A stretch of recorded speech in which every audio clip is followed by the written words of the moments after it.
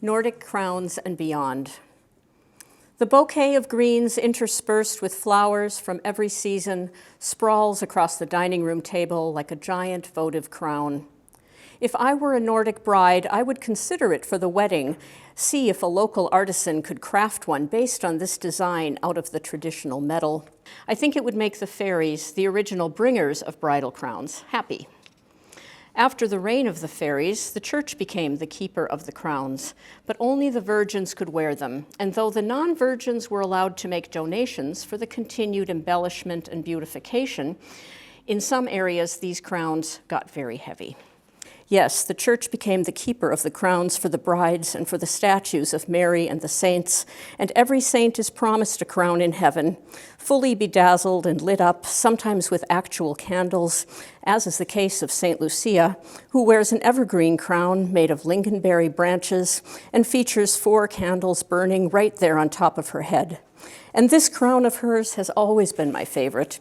Young woman playing with fire and delivering freshly baked goods. Well, what's not to love? And though I am neither a bride nor a saint, I have made it through almost a year of living in a pandemic, reigning supreme inside of my house, endlessly wandering through this kingdom, and now I think that I might also require a crown, a pandemic crown, which might be forged from the too many English muffins of this era, cast in a bundt pan mold and decorated with coffee beans and bits of chocolate, then topped with the candles that accompanied the dark coffee on the dark mornings. So this crown will not be quite as flammable as the one St. Lucia wears, because I will leave out the evergreen boughs, though I do have a lot of extra hair now, as it has been over a year since my last haircut, and that is something to be considered.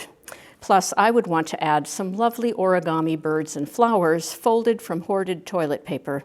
And now I think that maybe 2 of the candles could be the ice luminaria from the cold snaps of winter, those magical lights in the darkness which should cut down the risk of bursting into flame. But I digress due to my declining social skills. These days, it's either nothing to say at all or a certain amount of unfortunate prattling.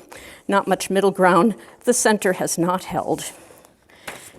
And now it occurs to me that the bits of broken jewelry and earrings with no partners just sitting in a dish on a shelf, because Marie Kondo, like anyone else, was not allowed into the house.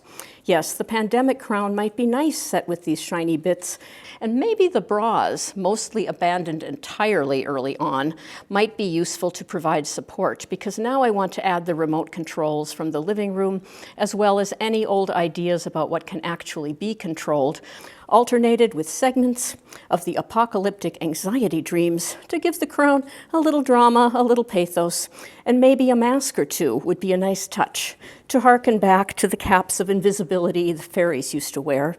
And now I wear masks to stay invisible to that virus with a spiky crown of its own, that virus whose name is Corona and is just waiting to crown mere mortals like me as I hum along. Oh, wait, did I mention that my crown also has a sound system, endlessly zooming an earworm medley of various theme songs from Netflix? And of course, I object to this feature, but the pandemic is unconcerned with any of my objections about anything, so this is no different. And there is often some suffering when a person strives for beauty and tries to fashion a good life out of whatever is around, even when the path is not always clear, just like those Nordic brides knew with their sore necks from carrying all of that weight. And we've all heard that heavy is the head that wears a crown. Thank you.